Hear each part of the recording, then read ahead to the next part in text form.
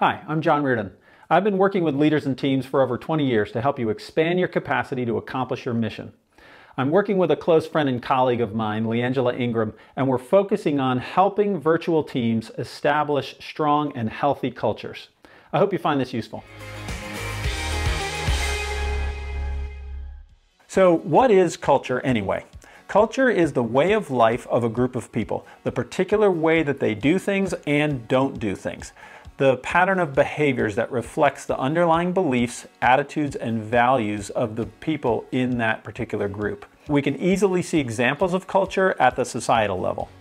In my experience, particularly in my work in Nigeria, everything is done around food, and it's considered rude when you say no. So the appropriate response when you're offered food in a social or business environment is to say yes. One of the other aspects of culture, as I think about being a native Washingtonian, we consider ourselves Southerners, and as we see people, we greet them in the community and wherever you are. So my wife is Australian and our kids have friends over, and when it's tea time, American teenagers have no idea what we're talking about.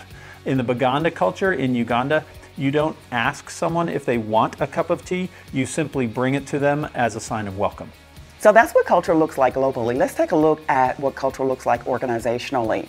There are overt factors in organizations, such as the stated core values, the organizational structure, regulations, and policies, etc.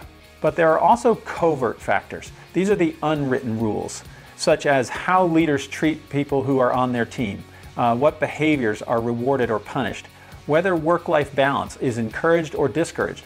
All of these factors, overt and covert, comprise organizational culture. Virtual organizations face particular challenges when it comes to creating and sustaining healthy, productive team culture for a number of reasons. One challenge is not being able to read nonverbal cues, facial expressions, for example, and other forms of body language.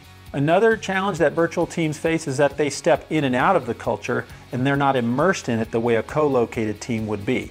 So when a virtual team gets on the call and they share the video screen, they're all in the culture, but the minute the call is over, they step back out of it into their own context. Assumptions are another challenge that virtual teams face. We all make assumptions based on our context, but in a virtual team, we're not all in the same context. So what's reasonable? What expectations should we have? We have to be careful about making assumptions based on my context because it's not the same as yours. It's critical for leaders and team members to be intentional when it comes to establishing culture around several critical elements. The first is collaboration. Focus on the task. What are the do's and don'ts of how we accomplish tasks and execute the mission? The second is connection. Focus on the people. How do we want to relate to one another and value one another's uniqueness? The third is communication, which ties everything together, focusing on the who, the what, and the why. It's all tied together by how effectively we communicate with our teams. Be intentional about having the culture conversation on an ongoing basis, not just once, to build and sustain your virtual team culture. I hope you found that helpful. You know, it's one thing to work in a virtual setting for a few days or a few weeks, but as you continue to work as a virtual team over a period of months, you want to be specific about how you establish a healthy and productive team culture. Well, stay well and help others do the same.